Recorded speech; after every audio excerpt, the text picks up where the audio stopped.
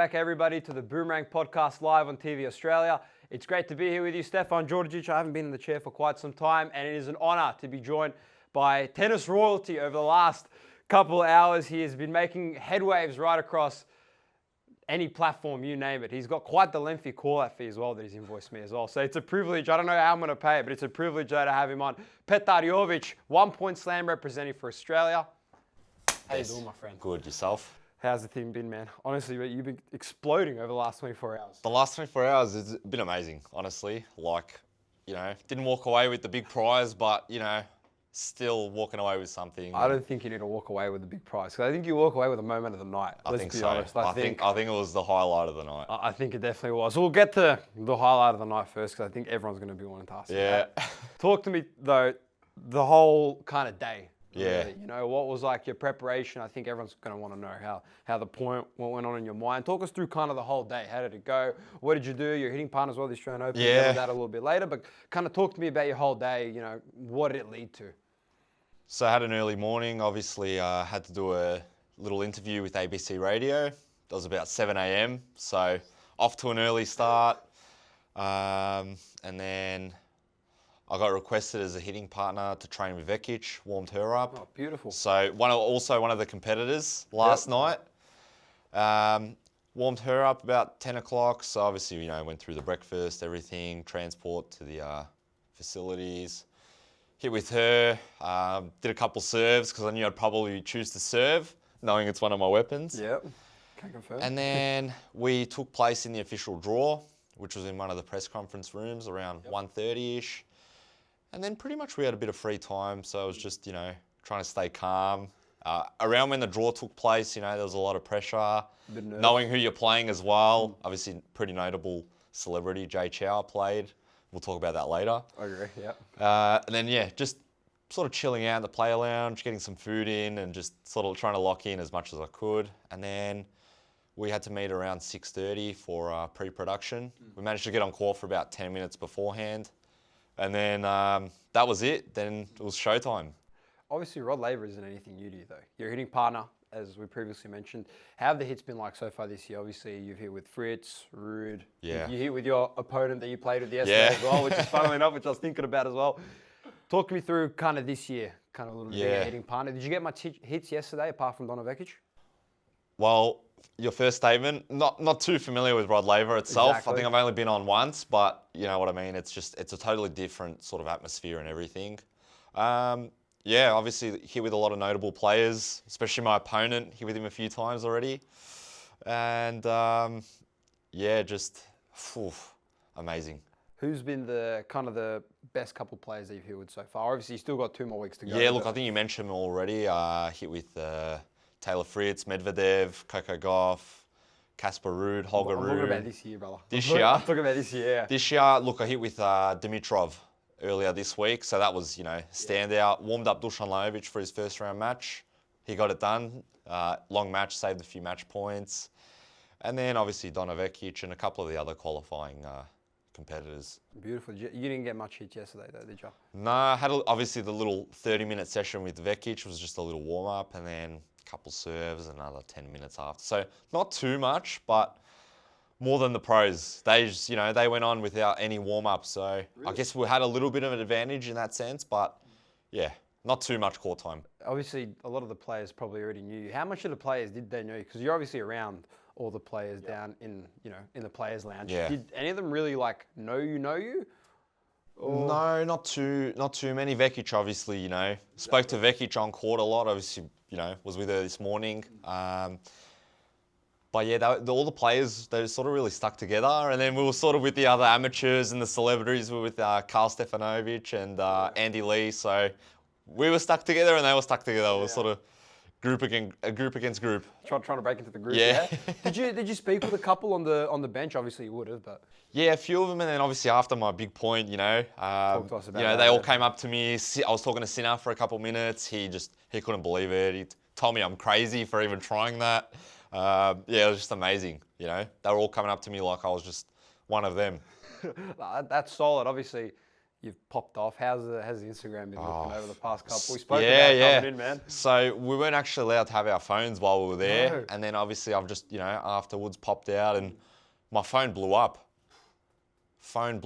And took me hours to get through everything. Just amazing. Who was in attendance? Obviously, lovely girlfriend. Shout out to her as well. She was in Yeah, attendance as well. she was with my family as well. So we had about, 20 of us there, close family.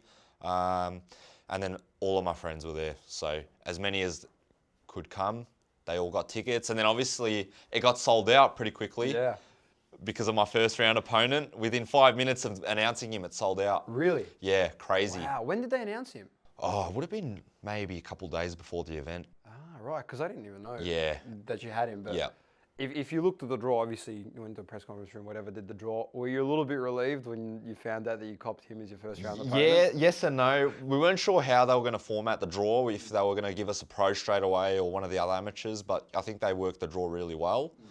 And then, seeing him, I thought, very prominent figure, celebrity. Obviously, he was the reason the tickets sold out, so I knew a lot of people are going to be there for him. I might not be the favourite when I step out on the court, so that's another layer of pressure because it's bad enough being out there already. Exactly. And I sort of knew he's not too familiar with the tennis. He does, train a little bit, but, it was one of the better people to get. You could have got Safin first round. We'll talk about that. So, look, I was pretty comfortable. If I get a chance to serve, that it should be over just with the serve alone. What about the Fortnite girl? Because the Fortnite girl... That was random. I wasn't sure. I didn't know. Yeah, I didn't know. Did you know who she was? No clue. I don't know who she was. Yeah. To be honest, I saw her rock up and I've never heard of her. Yeah, I think I know. Was it loser fruit or something like that? I don't know, something like that. Did you hear what she said? She goes, I might not be able to beat anyone here in a 1v1, but chuck me on a Fortnite.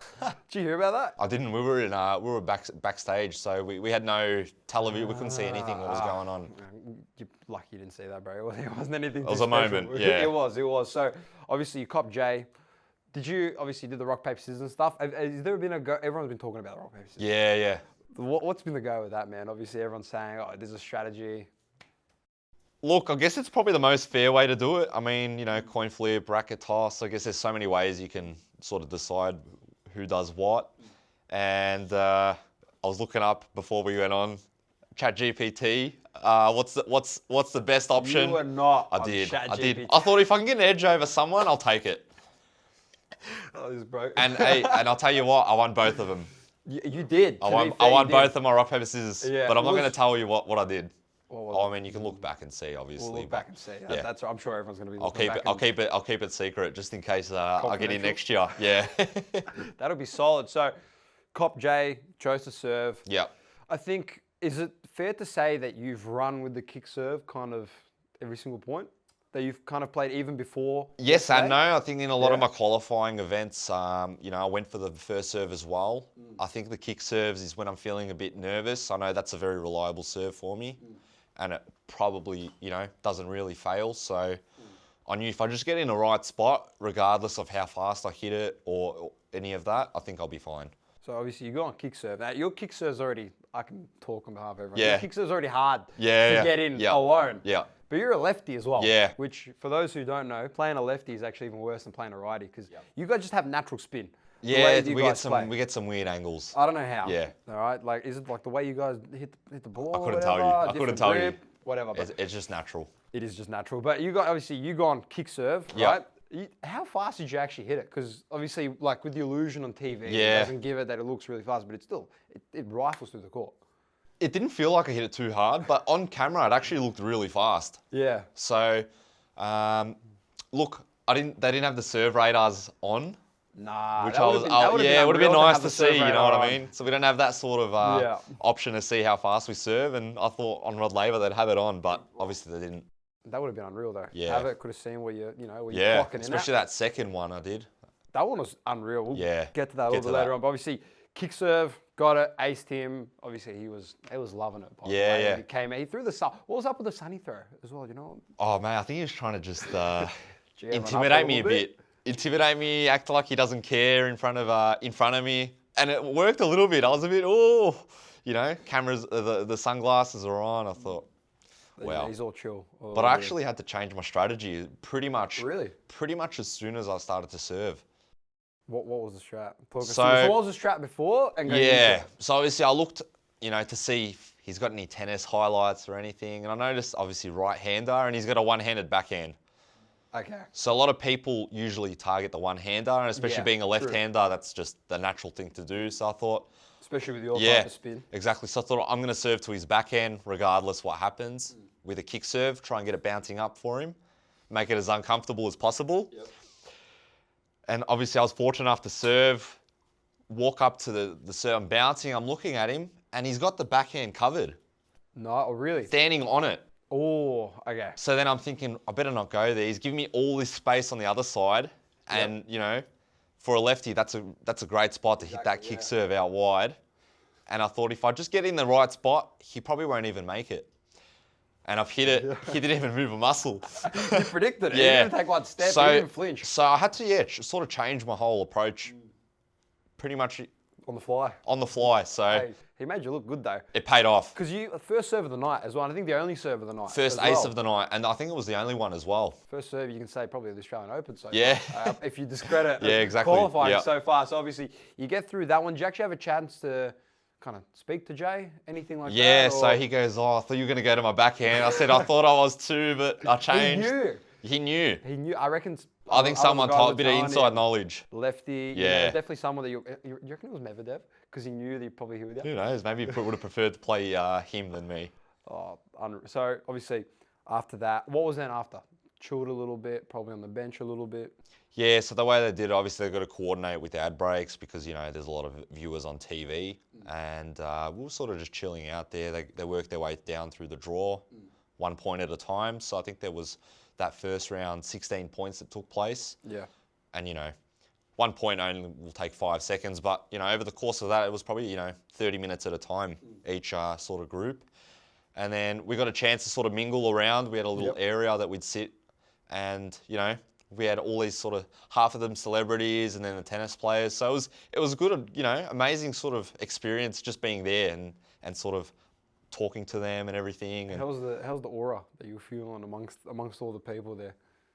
I think with Jay, it was the most I felt with him. Well, you know what I mean? Sidor and Alcaraz? The crowd reaction, there was so many people for him there, especially he walked out just behind me. So they've announced me. I had a little bit of a cheer, with however many people came to watch me. But then, they announced him straight after me and it was just a massive roar. It's like Roger came out. And it was so intimidating, And then...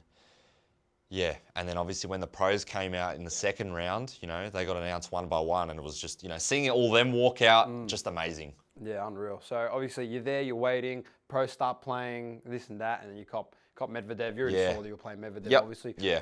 Hitting partner. Yeah. You hit with him. Yep. So I'm assuming you probably had some insider knowledge even more about playing him. And 1 point, probably not as much strategy. Yeah.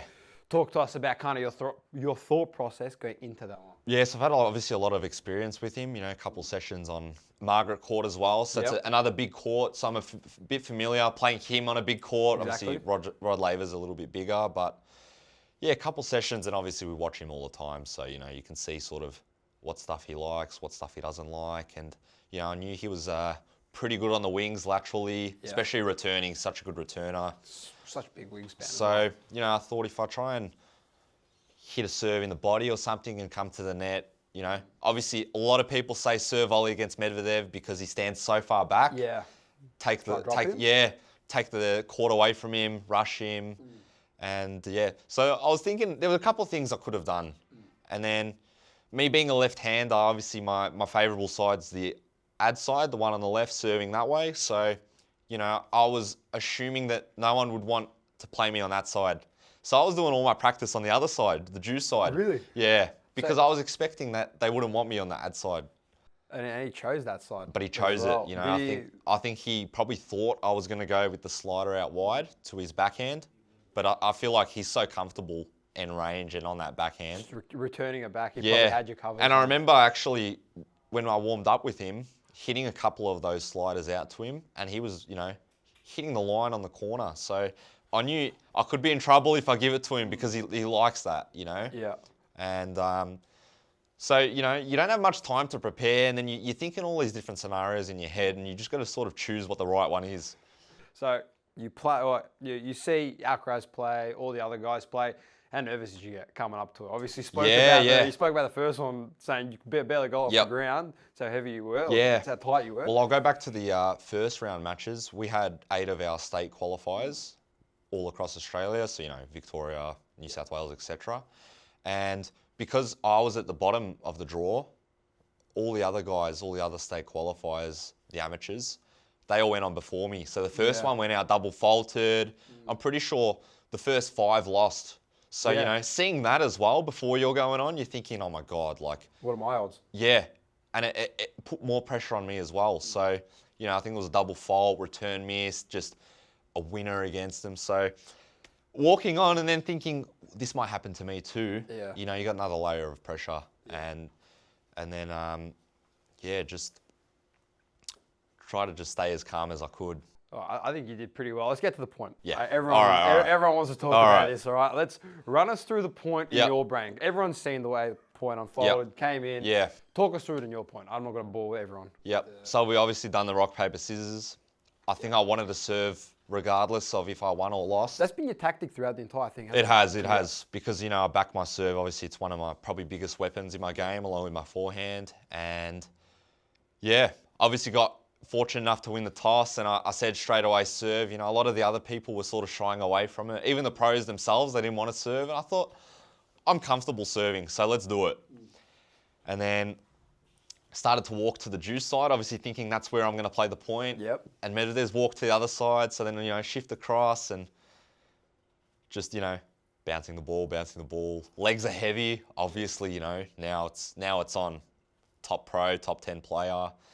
And then I thought my sort of strategy was I've got 2 serves, so I'm just going to go for the first serve. If I can hit an ace or, you know, an unreturnable serve, I'm going to take that opportunity. And then I've got a second serve, which I'm pretty comfortable with hitting. And then, you know, it sort of feels even because all the other players have 1 serve. So I thought, I've got a free serve at a free point. Yeah. So I took it, lined up, I went big body serve, and he's actually mishit the return. Yeah, he's framed it. Yeah, so, you know, I've sort of started creeping in a little bit, and he's obviously hasn't hit it clean because he probably wasn't expecting it to come there. And being on that court, you know, your depth perception's a little bit off. Yeah. Because it's so big. Court is. Yeah, exactly. So, you know, I was firstly thinking the ball's coming straight to me. I just have to take 2 steps to prepare. And then as it kept coming, I noticed it was actually dropping a lot shorter. But then at the same time, it looked like it was going in the net. Yeah. So I'm sort of, you know, trying to be patient and be ready in case it comes over. And then probably about that much net clearance, you know. Just went over the net, and I'm sort of now stumbling to get to the shot. And then my sort of option was, do I hit a drop shot, you know, because I'm already really close to the net. But then in my distance, I can see him already coming in. So I thought if I go for the drop shot, you know, he's going to be there in no time. And then players like that sort of position. They can, you know, little flick angle, points done. So then quickly I had to, you know, improvise. I thought if I push it deep, because he's running in, I'm going to jam him up. And then, you know, which is what happened exactly. And he's hit a really unbelievable sort of lob, you know, jumping, backhand, jam, like just... You were speaking about before. Amazing, yeah. And it's landed probably a couple centimetres inside the court. Yeah. And then obviously the ball's gone over my head. I've started running back and I'm thinking, do I go just for the traditional over my head shot, try and hit it up? Thought, you know, it's tricky, you might miss it, or, you know, give him a chance just an overhead, like, because he's on top of the net already. They usually follow it in those instances. Yeah. And then sort of that split-second moment, I thought, I'm on Rod Laver with a full stadium, cameras are everywhere. I thought, let's just go for a tweener.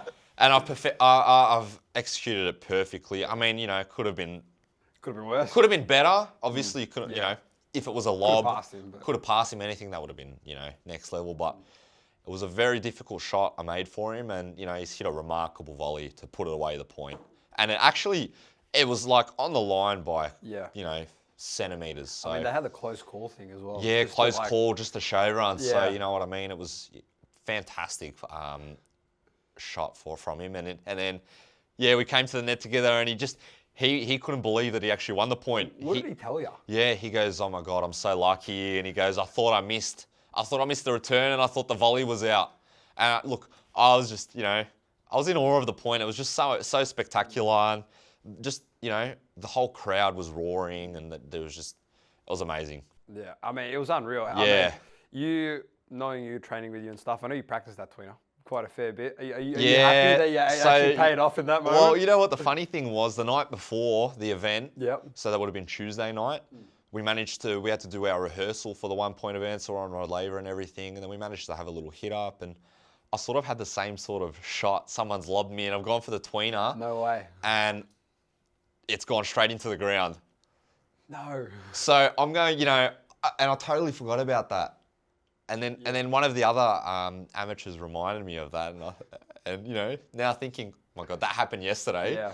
And then to execute it the next day, To perfection. and you don't hit many of those in a match, like in a whole year, let alone a match, let alone 1 point. For that to happen in 1 point, Yeah. and you see, you would have seen all the other points, just as missing a serve or missing a forehand, like to have that sort of point happen in that event, it was just amazing. I mean, Sinner Yeah, missed his serve completely. exactly. So Sinner, Goff, Tiafo, a lot of them. yeah.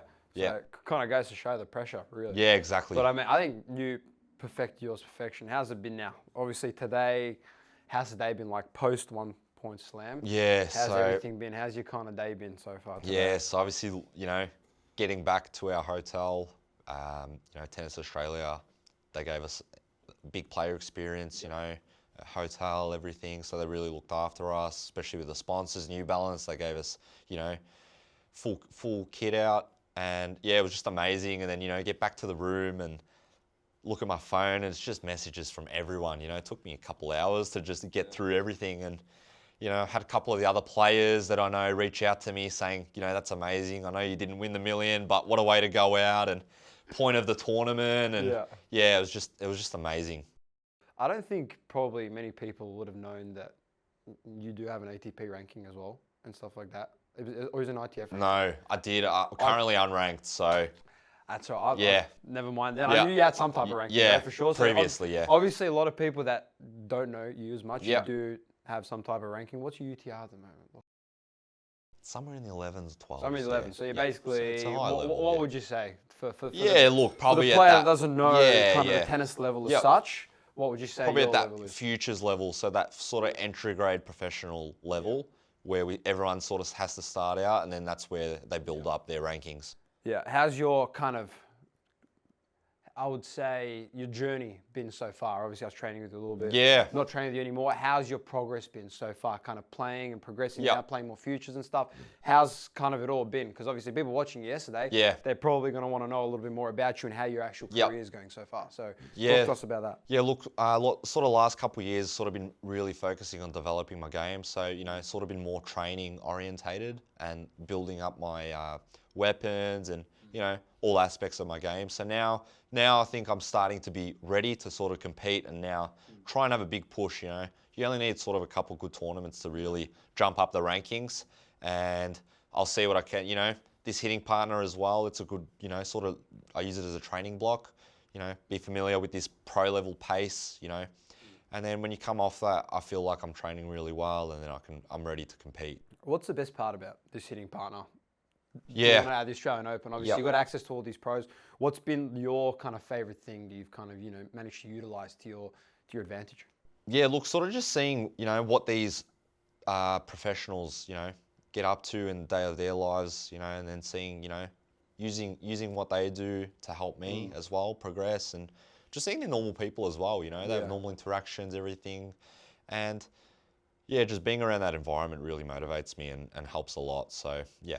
We're in 2026 now. What are your goals going into this year? Obviously, I spoke to you a little bit earlier. Yeah. Obviously, you want to play more futures and stuff like that. What's kind of your travel? What's your layout for the year looking like so far? Yeah, so obviously use this as a training block, as we just said. And then we've got a good block of tournaments here in Australia coming up, I think starting from February onwards, mid-February. And then I want to travel a lot. So, you can go really anywhere you want. There's tournaments year round and in so many countries. So Probably somewhere, you know, where there's a lot in one place, because that's where you sort of get the best environment and matches week in, week out. Constant hits. Constant training and all that sort of stuff. So, you know, there's opportunities to go in Asia or to Europe as well. So, look, I'm looking to travel a lot this year and trying to just jump up as high as I can, you know, up the rankings. Is there anyone in particular, because obviously for those who don't know tennis, you know, quite the expense as well. Is your plan to travel alone? Are you going to share any accommodation? Yeah. Are you going to be traveling with someone? What's kind of the go-to with that? Because obviously, you know, the casual viewer might not see that aspect. Yeah, it's you know, so expensive. You know, obviously, you know, you see all the tournament calendars, and you know, you're traveling country to country each week. So you know, that's a lot of airfares and hotel costs and everything. So, look, the more people you can travel with, the better. So you know, other players like myself and similar to me, trying to reach that level. You know, we sort of stick together and cut costs where we can. You know, the more of us in a room together, the cheaper it ends up being. So, yeah, probably look to try and travel with a group of us players. But you know, if I have to do it alone, obviously I'm going to have to take that burden. But see what happens. Yeah. You are going to be employing your mate Amor to coach her, or what's the go? Look, maybe we'll see what he has to offer. see what parts of my game he can improve for me. But what did he tell you about yesterday and yesterday's performance? Oh, look, like everyone just can't believe it. They called me crazy for even trying that. You know, such high stakes and pulling one of those shots off there. You know, everyone just couldn't believe it. No, I'll tell you what, neither could I believe it, bro. To be honest, I got one more question for you. Obviously, AO's coming up. Yep. Next 2 weeks, who are some hits that you would like to, you know, go up and hit with? Obviously, don't say Novak, because that's without a doubt just the default answer that everyone says. But who are some players that you'd like to hit with? Have you actually got your roster for tomorrow? Yeah, I've got one hit with Yulia Putintseva. Okay. So it's still pretty quiet now. Obviously, we're in opening week qualifying, so we got a bit of the qualifying players. But obviously, when the big tournament kicks off on Sunday, that's when players will want to. All breaks loose. Yeah, exactly. So the draw actually came out earlier today, so I was looking where the lefties are in the draw, because that's where, you know, I'll be training with their opponents. Is higher. Exactly. So you know, I think Sinner's got a left-hander first round, and Shelton as well. So you know, there's a couple good hits there. You're just hoping sort of a left-hander makes a deep run, so you get these bigger names. But look, probably Sinner or Alcaraz right now. I guess they're two probably, you know, most informed players in the world, probably for the last 2 or so years. Obviously Djokovic. You know, just anyone. I love to hit with any of them, because they're just, you know, all at the top of their game right now, and I'll take what I can get. You know what I mean? Petar Jović, it's a pleasure to have you on. Thanks for having me. You can check him out on all the Instagram and social media platforms out there. What's your social media handle so everyone knows? So they keep on blowing up. _Petar Jović. There you go. That's the Instagram, _Petar Jović. Go give him a follow. Keep up to date with his tennis journey as well. Going to keep on performing unbelievably well, as I'm sure, just like the 1 point that he had as well. Thanks so much for listening, and stay tuned on TV Australia for more coverage.